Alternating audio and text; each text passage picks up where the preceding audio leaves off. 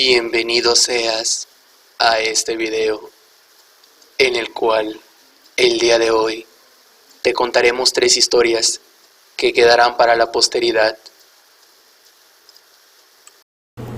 Ana María Cortés Santos, mejor conocida como Doña Ana, era una peligrosa bruja, oriunda de Charapan, Michoacán, autora de miles de hechizos de magia negra.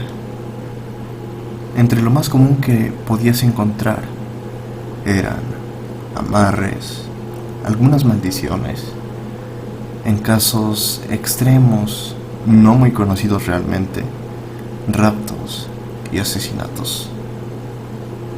Era la principal advertencia a los forasteros en pueblos cercanos que claramente se dirigían a aquel lugar. Muy aparte de la advertencia de mantener un perfil bajo y no llamar mucho la atención por temas de la delincuencia e inseguridad por las carreteras y hasta las afueras de aquel sonado pueblo. Las advertencias de los pueblerinos: cuidado con los malos y cuidado con las brujas y los nahuales. Por años, la muerte de habitantes gracias al ataque de bestias salvajes era algo bastante común en Charapan. Sin embargo, en ninguna ocasión hubo vestigios del salvaje autor de tales atrocidades, ni siquiera porque se montaban guardias por los mismos pueblerinos para quizá atrapar y llegar a matar a aquel animal o cosa que los estuviese acechando.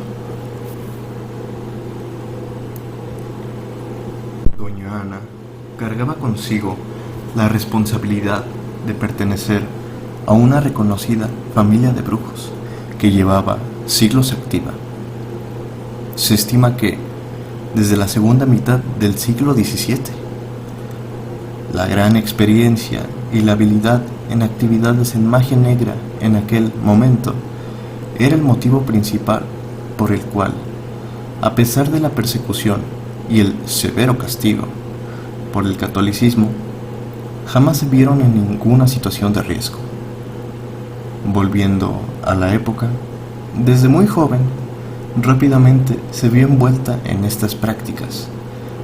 De hecho, se rumora que cada que alguien le traicionaba o de alguna otra forma llegaban a actuar en su contra, ese alguien terminaba en cualquier situación trágica, muy aparte de cualquier signo que la pudiese llegar a vincular. Sus allegados o simples personas con las que ella se relacionaba, con el tiempo adoptaban algunas conductas un poco extrañas. Claro ejemplo, recordado por muchas personas de aquel pueblo, Don Jacinto. Corría el verano del 85.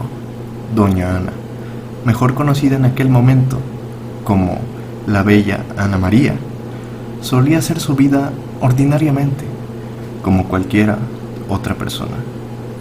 Asistía al mercado, se paseaba por la plaza, asistía a algún que otro baile.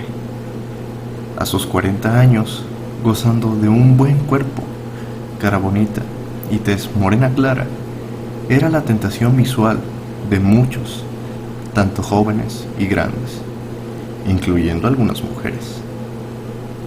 Tenían la atención de aquella hermosa señorita, en especial Don Jacinto, el hombre más adinerado en todo Charapan. Era bien conocido por ser la típica persona adinerada, prepotente, ruin, miserable, misógino, machista y descarado, que se le pasaba viendo de una forma desagradable e incómoda a las muchachas del pueblo. Para infortunio de Ana María, este viejo verde fijó su atención en ella, a tal grado de tener una enorme obsesión por ella, inclusive utilizando a sus influencias y poder, así como su abundante riqueza, para hacer de todo, con tal de seguirle el paso y conocerla. La relación de María con su familia en aquel entonces estaba prácticamente quebrada. Por lo tanto, vérsela sola para subsistir, a pesar de su poderosa vocación, era algo bastante complicado. Muchas veces rechazó al viejo, pero al verse en una situación tan complicada, no le quedó de otra más que acceder a las perversiones de aquel viejo gordo y codicioso. La cosa para nuestra protagonista no iba realmente por tan mal camino, ya que, a pesar del típico trato mexicano de aquel entonces, Ana María vivía con los mejores lujos, vestía con las mejores telas, bebía de los mejores vinos y se adornaba con las joyas más vistosas y costosas. Gracias a que don Jacinto solo la trataba como un objeto y ejercía maltrato tanto físico como verbal, esta, en venganza, lo engañó con múltiples hombres, algo de lo que él se enteraría años después. Aquella escena fue dura y grotesca, incluso para todo el allegado que la llegó a escuchar en su momento. Una mañana, Ana María despertaba en la cama de su propio marido, con un recepcionista de aquel hotel que había conocido, sede de una junta de hombres de negocios. Claramente, Jacinto ya estaba enterado de todo. Él entró, tan enérgico como nunca, y directo al grano, sacó su poderosa arma de fuego, calibre 30, del bolsillo interior de su traje, disparando una vez a la altura de los bajos de aquel hombre, desangrándolo en cuestión de minutos, seguido de otro disparo a la altura de la clavícula, para ahogarlo con su propia sangre.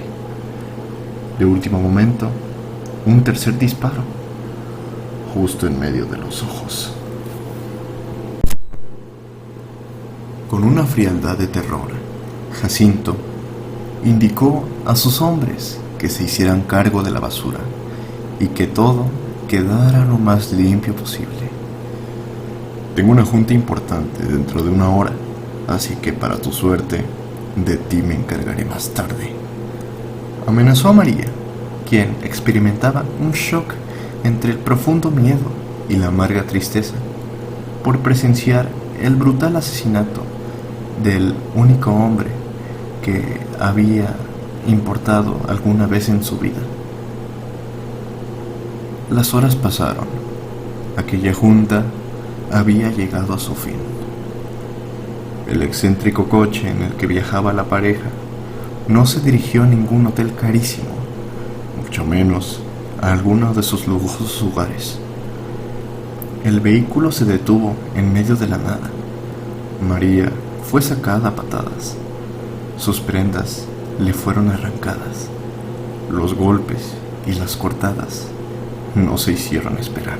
Rápidamente, este color rojo carmesí, tan espeso, se derramó sobre la tierra boscosa en la que se encontraba tumbada en posición fetal. El abuso de índole sexual es inenarrable. Heridas severas, quemaduras, cortadas que se supone hemorrágicas, todas las condiciones para que simplemente su vida se terminara ahí. A pesar de todo pronóstico, a pesar de ser abandonada en aquel desolado y frío sitio, Ana María fue salvada por una pareja de carpinteros, la cual fue sumamente amable con ella de principio a fin.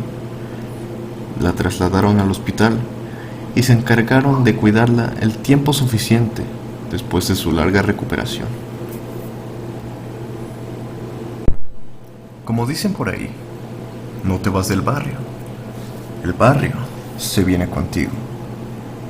De alguna u otra manera, regresó a Charapan un 19 de agosto de 1997, sin casi nada, lo suficiente y con las esperanzas bajo el suelo, Gracias a su aspecto y a los traumas, no le quedó de otra más que dedicarse de lleno a la brujería, y más arduamente que nunca, haciendo favores de todo tipo, incluso fuera de su actividad, siendo rodeada por un aura sumamente oscura. Cabe recalcar que de aquel romance, de aquel fallido romance, a pesar de lo que pasó después, resultó tener un embarazo de 2 niños. Uno lamentablemente falleció al momento del parto y el otro le acompañó hasta que finalmente se sintió muerta por dentro. A pesar de todo, doña Ana tenía a alguien por quien salir adelante, sí o sí, por lo cual, a pesar de en varias ocasiones sentir que todo se venía abajo, el pequeño Oliver fue su motor para seguir adelante. Como no todo en esta vida es amor y felicidad, los rumores empezaron a correr por todo el pueblo. Se le estaba tachando de robamaridos y de bruja. Todo lo que hizo en un momento se le vino en su contra, siendo forzada a vivir a las afueras del pueblo. Corría enero del 2006, cuando, desafortunadamente, en un accidente de carretera, el pequeño Oliver perdió la vida de una forma demasiado grotesca, ya que, cruzando esta carretera de noche, yendo tras su balón de fútbol, un tráiler sin frenos que iba a toda velocidad golpeó tan fuerte al pequeño Oliver que éste quedó hecho pedazos, esparciendo lo que era de él a lo largo de todo el asfalto. Los vecinos acudieron ante los desgarradores lamentos de aquella madre que había presenciado cómo su hijo, en cuestión de segundos, se le iba de su vida. Su salud mental se arruinó por completo, siendo los propios vecinos quienes, voluntariamente, después de darle sacra sepultura al niño, se encargaron de cuidar de la vida de aquella pobre señora. Pobre Ana María. Dejó de comer, dejó de beber. Estaba muriendo muy lentamente. Sus días finalmente estaban contados. Pronto, doña Ana enfermaría. Y es aquí donde las experiencias paranormales más enfermizas cobraron vida, según los testigos que llegaron a cuidar de ella.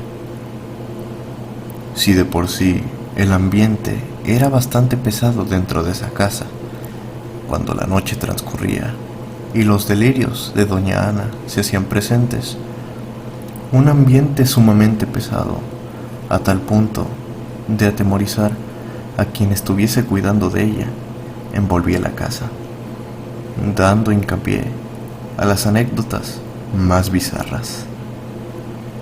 Mientras doña Ana se quejaba y decía repetidas veces no, claramente con una voz que sufría y agonizaba a tal grado, se escuchaba el aullido de algunos coyotes, cada vez más y más cerca.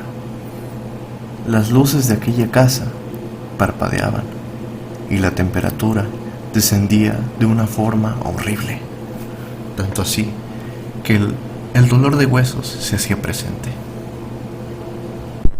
Los cánticos, los rezos y las oraciones cristianas ahuyentaban en parte, y por un rato, esas presencias, solo antes de que los muebles empezaran a oírse cambiar de lugar, los objetos más pequeños cambiar claramente de lugar, por todas partes.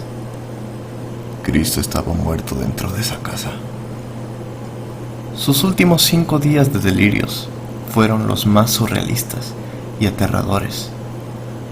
A este punto, cuidaban a la señora en grupos grandes de vecinos para poder luchar en contra de esas energías tan malvadas que envolvían las horas muertas dentro de esa casa.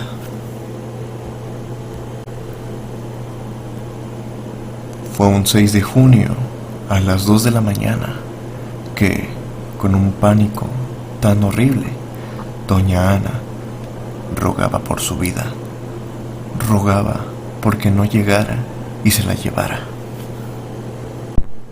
Pareciera que doña Ana había regresado por un momento a sus cabales, y con un signo tan desgarrador de miedo le decía a los presentes que no dejaran que se la llevara. Él viene por mí, él viene por mí. No dejen que me lleve, no dejen que me lleve, por favor. Gritaba en llanto doña Ana, mientras la temperatura descendía y los coyotes se escuchaban más y más cerca. Las ventanas se golpeaban tan violentamente que muchas de ellas se estrellaron y rompieron. Los focos parpadeaban y todos los muebles, así como la casa misma, temblaba. De la nada, a la par de que se cortó la luz en todo el pueblo, doña Ana repentinamente murió a las 3:33 de la madrugada. Se escucharon pezuñas por el derredor de la casa. Se escucharon rasguños por cada una de las paredes. Se rompieron algunos platos, los vidrios. Se azotaron claramente algunos muebles. Se escucharon risas sumamente macabras y burlonas. De pronto, doña Ana no se encontraba donde se supone que debería de estar, en su cama. Para el horror de todos, y motivo por el cual muchas de las personas presentes ahí huyeran despavoridas, ella flotaba casi a la altura del techo. Un grito desgarrador y demoníaco salió de ella, así como así, se desplomó en su cama, rompiendo las patas de la base de esta. El trato estaba hecho. Es increíble la cantidad de desmayados, de personas que entraron en ansiedad, personas que estaban dentro de un shock tras aquel suceso. Todo regresó a la normalidad. La luz volvió, los platos regados por todas partes, un ambiente un poco más tranquilo. La hora marcaba las 3:34 de la mañana, algo que realmente no tenía mucho sentido, ya que habían pasado claramente más de 2 minutos. El aspecto que tenía doña Ana era absolutamente perturbador. Tal parece que le hubieran succionado la vida. Parecía que su piel estaba extremadamente seca y estirada, delgada, ojos cegados, cabello como estopa. Así es como las penas, lamentos y llantos de los presentes se manifestaron. Nuevamente, todos se solidarizaron y acordaron dar santa sepultura a doña Ana después de las 33 de la tarde, gracias a las creencias del horario de luz-tinieblas. El cadáver se mandó a arreglar, la misa estaba programada, el ataúd había sido comprado, los trámites del cementerio se habían realizado. Tan solo era cuestión de llevar el ataúd y trasladarse a aquella misa. Era urgente terminar con todo esto de una vez por todas. Entre varias personas hicieron hasta lo imposible por mover el ataúd dentro de la iglesia. Justo en la entrada de esta, levantándolo como fuera posible para subir el escalón que delimitaba la entrada de la salida, el cielo se empezó a nublar repentinamente. Lo jalaron hacia el interior, dejando marca en el suelo a su paso. Una vez que se movió hasta la parte de enfrente, la energía eléctrica se cortó debido a un gran y poderoso rayo que se manifestó. Absolutamente todas las vitrinas, cristales y vidrios fueron rotos. Hubo múltiples heridos, Algunas de las figuras de yeso se rompieron al caer en el piso. Tanto asistentes como internos tuvieron que salir a la zona de estacionamiento. Muchos buscaron refugio en los techos de aquella iglesia y algunos otros en sus autos. Había empezado a caer una lluvia torrencial en todo el pueblo y sus alrededores. Casi una hora después, la energía eléctrica regresó. Seguía lloviendo muy fuerte, pero la misa debía continuar. El ataúd regresó a su peso original, extrañamente, el cual fue colocado sobre la base para que los que quisieran se despidieran una última vez. Al finalizar la misa, saliendo del interior del lugar, dieron cuenta a que había decenas de pájaros muertos por todo el estacionamiento. Vaya que para los internos iba a ser un trabajo arduo. Finalmente, después de todo esto, doña Ana fue sepultada alrededor de las 6:30 de la tarde. Los posteriores rezos se dieron. Justo después del rezo final, al día siguiente en la madrugada, se hizo conocimiento de un extraño resplandor al interior del panteón municipal. Aparentemente, el espacio en el que fue sepultada había sido incendiado intencionalmente. Hasta ahora se desconoce quién haría tal acción. Los vecinos cuentan que cada noche una hermosa lechuza de color blanco se posa en las ventanas y accede al interior. Es como si estuviera cuidando y vigilando la casa. Los más curiosos afirman ver por una ventana cómo esta lechuza se posa sobre la cama de doña Ana. También se rumorea que han podido ver entes extraños dentro de este hogar. Por si te lo estás preguntando, la imagen de la tumba quemada del fondo es una fotografía real de la tumba de doña Ana. Veladores afirman que, después de todos estos años, alrededor de las 3 de la mañana, se puede percibir un calor fatigante emanando de esta tumba, muchas veces acompañado de un sutil olor a azufre. Hay quienes especulan que se ha llevado a la creencia popular de que doña Ana está pagando su penitencia en vida en el infierno. Este es el relato que engloba la historia de la bruja del infierno.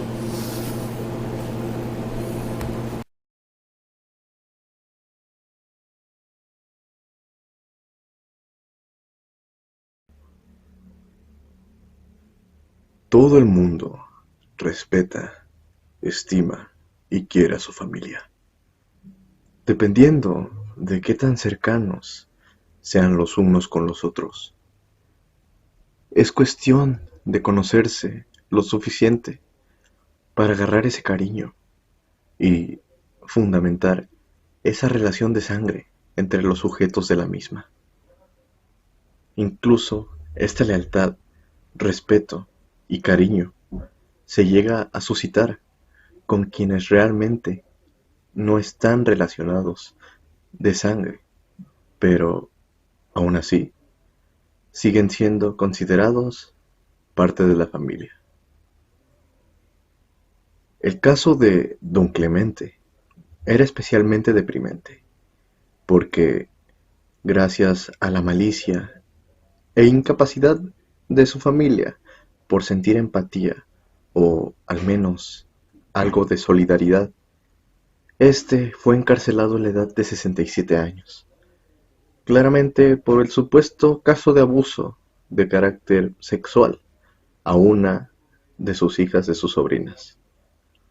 Obviamente, todo esto era más que una farsa, ya que esas personas, esas horribles personas sin escrúpulos, tenían la intención de quedarse con todos sus bienes materiales, ya sea dinero, propiedades, artículos de valor. Clemente sufrió un infierno al interior del penal de Santa Marta, Acatitla.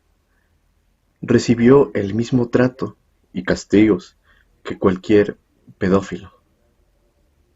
Normalmente recibiría por parte de sus compañeros reclusos por largos 11 años estos castigos.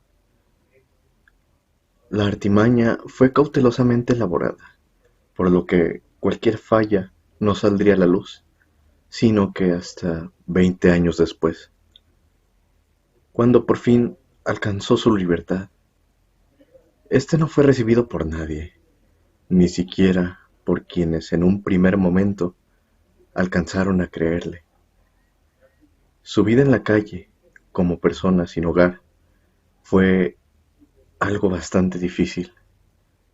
Sin embargo, para él no era nada en comparación a todos los maltratos y abusos que recibió como recluso. Algunas veces le vandalizaron, otras veces le hicieron robos, pero esto ya no importaba. Don Clemente, de alguna u otra forma, estaba roto por dentro. Ya no creía en nada. En cierto punto, él creía que todo el sufrimiento por el que ha pasado se lo merecía, ya que a sus familiares no les daba el trato que se supone que les debe de dar. Según él, todo aquel sufrimiento era cosa que debía de pagar. Un buen día, mientras la madrugada transcurría, a Clemente se le dificultaba conciliar el sueño. Sus cobijas y sus ropas estaban demasiado desgastadas. Tenía heridas infectadas y luchaba con una infección de garganta agravada. Vio al mismo policía que siempre hacía sus rondines de madrugada y que de vez en cuando le daba comida o incluso dinero.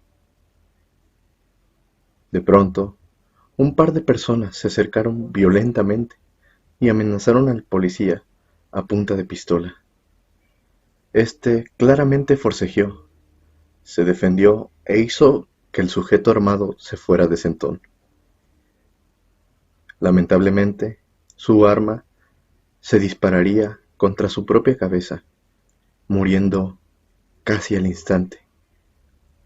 El otro sujeto, que claramente estaba grabando con su celular, escapó, al igual que el policía, con el único detalle de que el celular quedó tendido en el piso. Clemente, al momento de ver esta escena, tomó la oportunidad y se quedó con el celular, con el objetivo de que en algún momento, al venderlo, le dieran un poco de dinero para poder sobrevivir un poco más. Lo increíble del asunto es que nunca se lo recibieron. De hecho, algunas veces ni lo dejaron entrar a las casas de empeño. Semanas después, llegaron unos agentes al sitio en el que siempre estaba. Vaya que le interrogaron acerca de los hechos de aquella madrugada. Él dijo lo que vio, mas no mencionó lo del celular. Así que, de la nada, fue involucrado en el juicio en contra de aquel policía, que en palabras de aquel canalla, asesinó a sangre fría a su hermano.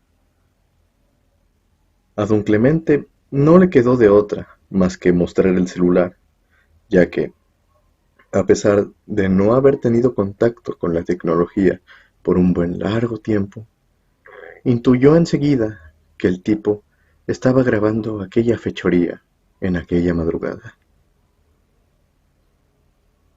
Se demostró la inocencia de aquel policía, y don Clemente fue acogido por él en su casa. Le dio refugio, le brindó alimento, le regaló ropa, calzado y aquella atención, esa atención de como si se tratara de un hijo a su querido padre mayor. Ante tal juicio registrado, la familia reconoció el parentesco con don Clemente. Lo injusto aquí es que Arturo, este policía que ahora cuidaba de él, fue demandado por esta hipócrita familia, con el fin de sacar más dinero. Desafortunadamente, ante la declaración de Clemente de hablar de su clara inocencia, producto del antecedente de aquella traición por parte de estas personas, pudieron salirse con la suya. Le exprimieron cada peso a Arturo, y esto llevó el odio de Clemente a tal punto que lo llevó a la tumba. Al tiempo del funeral, Arturo estaba presente, además de la familia, quien tiempo después celebraba que toda la herencia era de ellos. Cuentan las malas lenguas que Arturo se pudo levantar de aquella demanda gracias a su trabajo. La familia se fue rápidamente a la ruina, y cada que algún familiar visitaba la tumba de don Clemente, éste enfermaba de alguna enfermedad desconocida a un punto crítico que esto parecía demasiado extraño, ya que cada que alguien enfermaba, éste moría a los 11 días de haber visitado aquel lugar, aquella tumba. Por otro lado, Arturo, a día de hoy, ha llevado un ramo anual de flores cada 17 de julio, fecha del cumpleaños, con la dicha de poder ver la próxima víctima de la ira de Clemente. Y, por una parte, de poder burlarse de la o el infortunado. 27 víctimas a la fecha hablan de lo real de todo esto. Estas flores de nardo, las favoritas de Clemente en vida, las cuales cada que Arturo deposita en los floreros de la tumba, su hija, ante la belleza, exclama con alegría: unas bonitas ramas para mi abuelito lindo. Después de estar algunas semanas, estas flores toman un aspecto que cualquier flor tendría. De esta forma, los veladores de aquel lugar, de cariño, se refieren a su lápida con la frase: unas ramas viejas para un viejo olvido.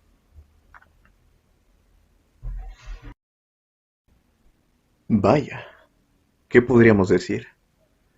La vida nos sorprende cada día. A veces los más cercanos son los que menos nos quieren, y a veces los que llegan de la nada, sin algún interés de por medio, y que están dispuestos a dar ese cariño o incluso a recibirlo, son esas personas las cuales llevamos profundamente en el corazón. Por eso, esta historia nos da la enseñanza de que no importa si esa persona está dentro de tu familia, no importa si esa persona es tu gran amigo, tu gran compañero. Simplemente, a veces las circunstancias y el carácter de la persona hacen que éste se vuelva a alguien que recuerdes por toda la vida, como alguien a quien disfrutaste, a quien le diste tu amor, le diste tu amistad. A veces la vida nos sorprende, a veces la vida da giros inesperados, como lo hizo con Clemente.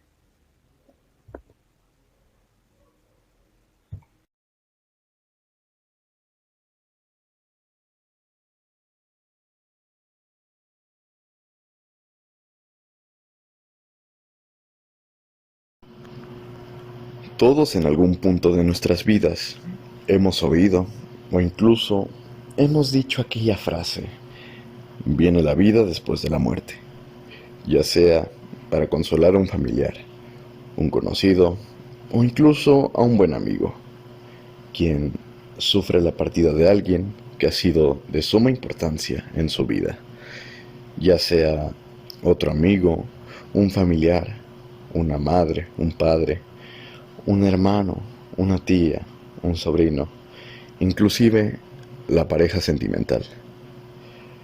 El simple hecho de hacer pensar a esa persona que aquel humano que ya no está entre nosotros, que está en otro lugar, un mejor lugar de hecho, genera cierta tranquilidad y puede hacer más llevadero el oscuro y triste momento. Fuera de un plano espiritual, ciertamente podemos afirmar que hay una vida después de la muerte. Tú como yo hemos experimentado la partida de ese gran mejor amigo, ese compañero leal, sea un perro, sea un gato, un hámster, inclusive un pez dorado. Estos han de ser enterrados en alguna zona del patio, para recordarnos siempre que esos amiguitos estuvieron a nuestro lado y nos generaron horas y horas de felicidad. En un principio, el pasto ha de desaparecer. Todo indica que ya nada florecerá ahí. Sin embargo, semanas más tarde, lo hay. Hay pasto, más largo, más verde que de costumbre. A veces, las flores no se hacen esperar. Esto indica que ese amiguito es parte nuevamente de la vida. Esta es la historia de Doña Gloria, quien decidió ser parte de este cliché. 27 de marzo del 2018. En su fase terminal de cáncer de estómago-esófago, el tumor en el interior de Doña Gloria se apodera de la carne y otros órganos. Su lucha es un martirio, pero, finalmente, después de 12 años de larga batalla, Gloria, desafortunadamente, pierde la guerra. Ella era amante de la naturaleza y de los animales, a diferencia de su odio irracional contra cualquier humano, exceptuando claramente, en gran medida, a sus hijos y a su difunto esposo, quien décadas atrás habría perdido la vida gracias a impactos de bala múltiples en cabeza y pecho, producto de un atraco violento en el supermercado donde, habitualmente, la familia Martínez Caspio realizaba la compra de la despensa cada quincena. ¿Este hecho pudo ser motivo del cáncer? Contando otros motivos y la mala alimentación, producto de haber perdido a su marido, probablemente sí. Hablar de su pasado no es de las cosas más dulces. Producto de un matrimonio, de un violento matrimonio. 4 hermanos y 2 hermanas, todos mayores, que de alguna forma lograban hacerle la vida imposible. En algún momento, las múltiples infidelidades del padre salen a la luz. Decide abandonar a su esposa y a sus 7 hijos. Un par de años más tarde, ocurría una de las mayores tormentas registradas en el pequeño pueblo donde ellos vivían. La madre había ido a comprar los víveres necesarios, los cuales apenas alcanzaban para todos. Jamás regresó. La estructura de la casa no es lo suficientemente resistente ante tal lluvia torrencial e infernales vientos de más de 290 kilómetros por hora, azotando las paredes de aquella casa. Esta se derrumba. Para infortunio de todos, 4 de los 7 hermanos pierden la vida. Gloria termina con la pierna fracturada y algunos rasguños. Los 3 hermanos se las deben de arreglar para escapar de ahí y no morir gracias a los escombros o al fango que poco a poco les estaba bloqueando cualquier salida. A la mañana siguiente, todo el pueblo escapa de aquel lugar. Los hermanos no son la excepción. Ahora son ellos tres contra la crueldad del mundo exterior. A pesar de que les brindaron una forma de escapar, nadie quiso darles cobijo. Nadie les quiso ofrecer un techo donde quedarse. Gloria y sus hermanos se enfrentaron a la cruda realidad de vivir como personas sin hogar, trabajando en lo que pudieran para sobrevivir como pudiesen. Las injusticias y los abusos jamás faltaron.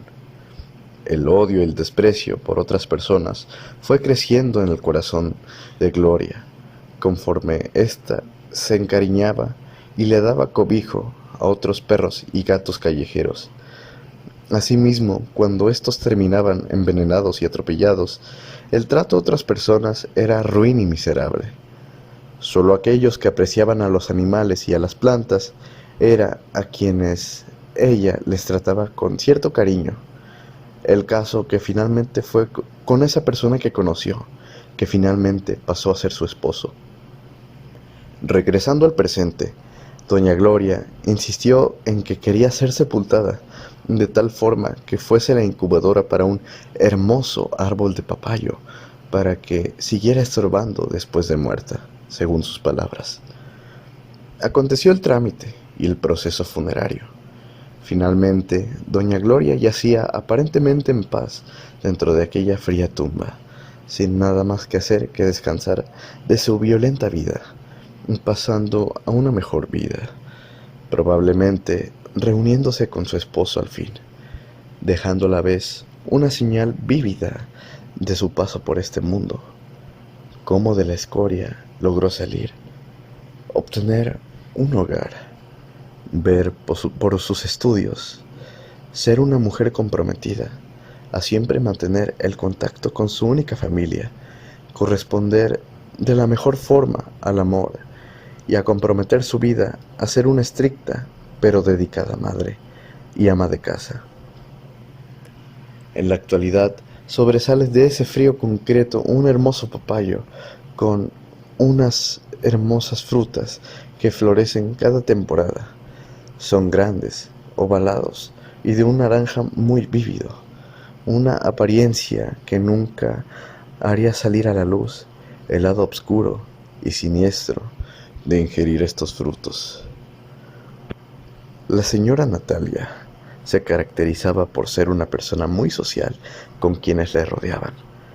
Destacable figura, sin aparentar la edad que realmente tendría.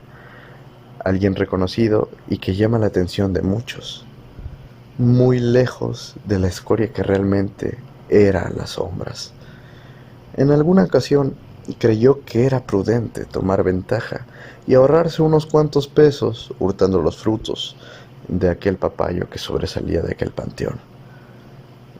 Tallo bien fuerte, hojas grandes, unos frutos magníficamente naranjas.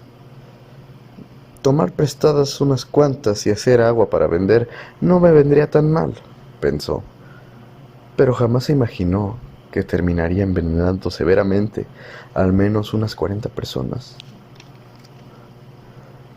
No obstante, no pudo enterarse de sus acciones, ya que gracias a su papayita, como desayuno, tuvo uno de los peores y más trágicos y horribles finales. Perder el equilibrio, empezar a tener visión borrosa, hiperventilar, tener ronchas que arden al contacto del aire. La lengua se empieza a hinchar, las vías respiratorias poco a poco pierden cavidad. No se puede inducir al vómito, hormigueo y posteriormente parálisis de las extremidades, alucinaciones continuas, falla multiorgánica y posterior paro cardíaco. Todo esto en tan solo cuestión de media hora.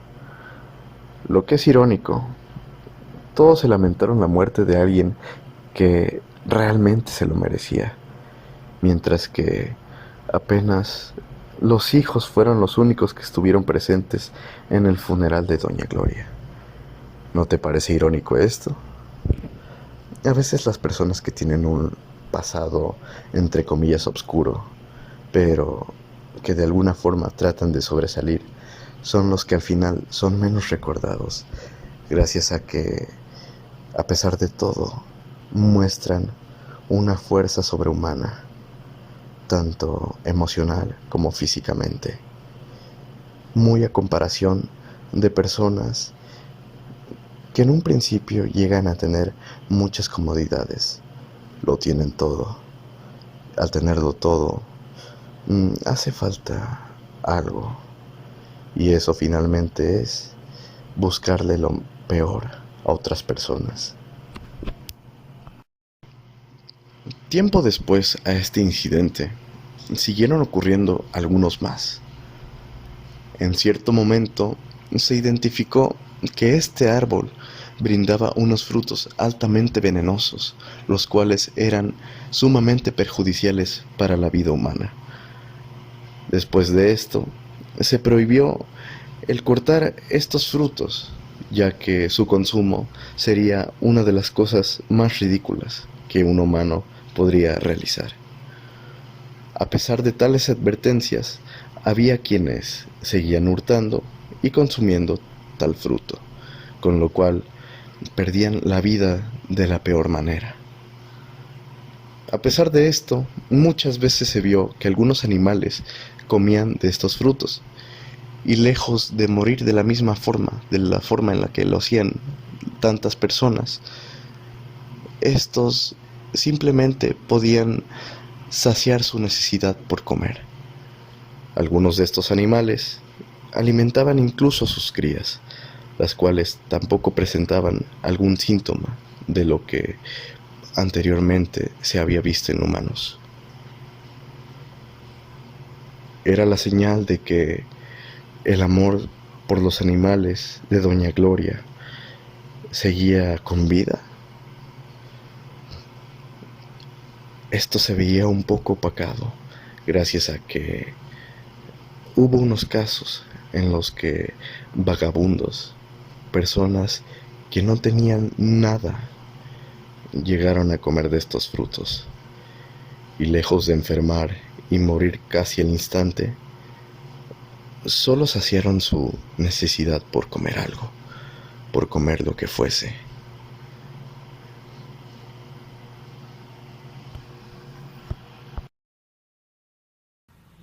Si te gustó el video, dale like y suscríbete.